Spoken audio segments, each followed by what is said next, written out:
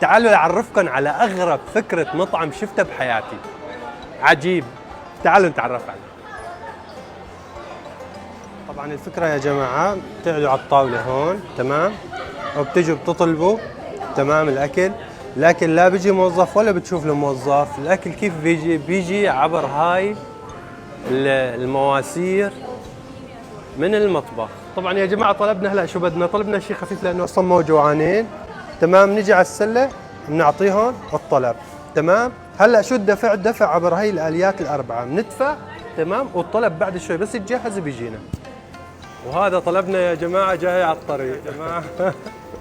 هاي الطلب عم ينزل.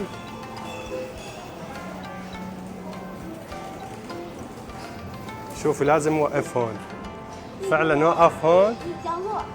عم تحكينا بالصيني انه شيل طلبك، شلنا. حطيناه هون، تمام. هلا شو الروبوت بيمشي، بقول له شكرا خلص استلمت الطلب، بيمشي بيروح بكمل طريقه بيرجع للمطبخ. طبعا عندنا هي الخدمه لبعض الصحون الكبيره او بعض الاشياء بجيبوها عن طريق هذا الروبوت. انها الصين.